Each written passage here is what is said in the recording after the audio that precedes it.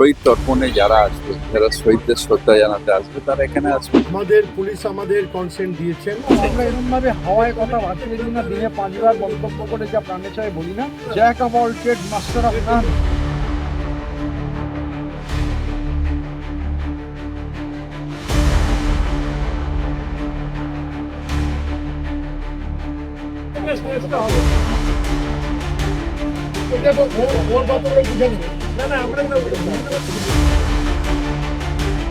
শহীদ তর্পণে যারা আসবে, যারা শহীদদের শ্রদ্ধা জানাতে আসবে, তারা এখানে আসবে। আমরা রাজনৈতিকভাবে আমাদের যে কালেকটিভ, সেই কালেকটিভ আলাপ আলোচনা করে দেখছেন কোথায় কিভাবে করা যায়। কিন্তু যিনি এক্সপার্ট বা যারা মঞ্চটা করবেন, মানে যারা ফিতে নিয়ে মাপযোগের এখতিয়ার যাদের আছে, যারা জ্যাক অফ অল ট্রেডস নন, ইংরেজির সেই বিখ্যাত কথা আছে না, jack of all trades master of none, এই ট্রেডের যারা জ্যাক, যারা এটা বোঝেন, তারা আসছেন। ওয়েট করছি তাদের জন্য, তারপর হচ্ছে আরো বুঝতে পারবো। এগুলো সব আমরা এরকম ভাবে হাওয়ায় কথা ভাসিয়ে দিই না, দিনে 5 বার মন্তব্য করে যা প্রাণে চায় বলি না। কালেকটিভলি সিদ্ধান্ত হবে, জেলাভিত্তিক ডিস্ট্রিবিউশন হবে, হওয়ার পর আমরা কমপ্লিটলি বলবো। আপনারা যখন স্পট দেখতে শুরু করেছেন তখন কালীঘাট শিবির এখনো হাইকোর্টে পড়ে রয়েছেন না। এবং এটা ওনাদের প্রেরোগেটিভ, আমি অন্য লোকের প্রেরোগেটিভে মাথা ঘামাতে চাই না।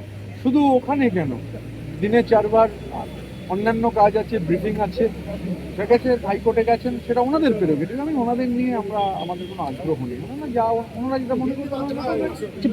বদলের বাংলায় আজ থেকে গুন্ডা দমন আইন কার্যকর হচ্ছে, কতটা প্রয়োজন ছিল?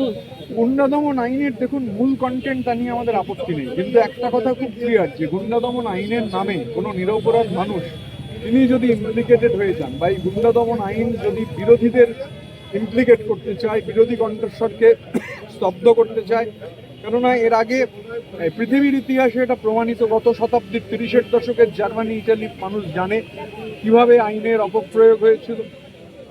আমাদের দেশেও এমার্জেন্সির অপপ্রয়োগ কিভাবে হয়েছিল, এগুলো সব ইতিহাসে লিপিবদ্ধ।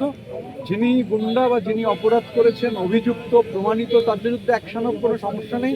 কিন্তু এই একটা আইনের মাধ্যমে যদি হচ্ছে নিরপরাধ মানুষ বা পলিটিক্যাল অপোনেন্টদের, যিনি কোনো কিছুতে অভিযুক্ত নন বা কিছু করেননি, তাকে টার্গেট করা হলে সেটা একটা খুব নেগেটিভ দিক।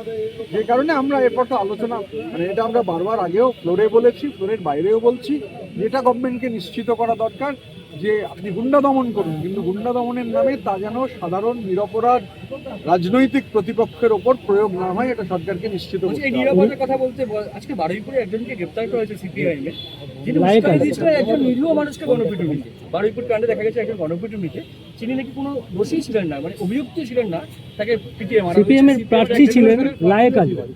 এটা প্রশাসন বলতে পারবে কি হয়েছে না হয়েছে।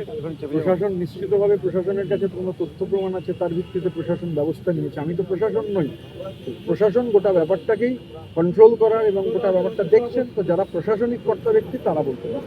আজকে অরুণাচল প্রদেশের পর এখন আর অরুণাচল নয়, এখন আমি মেয়র রোডে থাকতে চাই। তৃণমূল কংগ্রেসের সব কর্মীরই অধিকার আছে, তৃণমূল কংগ্রেস বাংলায় যে কোনো মানুষের অধিকার আছে শহীদ তর্পণ করার।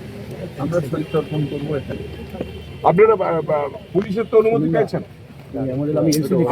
আমরা পুলিশকে লিখিতভাবে জানিয়েছি। সময় যেহেতু অল্প, আজকে 13 তারিখ হয়ে গেল, মাঝে মাত্র 7টা দিন। আমাদের পুলিশ আমাদের কনসেন্ট দিয়েছেন। আমরা সেই মতো গান্ধীমতির পাদদেশে আমরা 21শে জুলাই করব বলে আমরা তৃণমূল কংগ্রেসের বর্ধিত সভায় কর্মসমিতির বৈঠকে আমরা সিদ্ধান্ত নিয়েছি। এবং আজকে যদি আমরা প্রস্তুতি শুরু না করি, মাত্র 7 দিনের মধ্যে এত বড় প্রোগ্রাম সফল করা যাবে না। তাই আজকে থেকেই আমরা মঞ্চ শুরুটা শুরু করব। আরো ভালো ভালো খবর দেখতে সাবস্ক্রাইব করুন বাংলা হান্টের ইউটিউব চ্যানেল। বাংলা হান্টের আরো খবর দেখতে নজর রাখুন।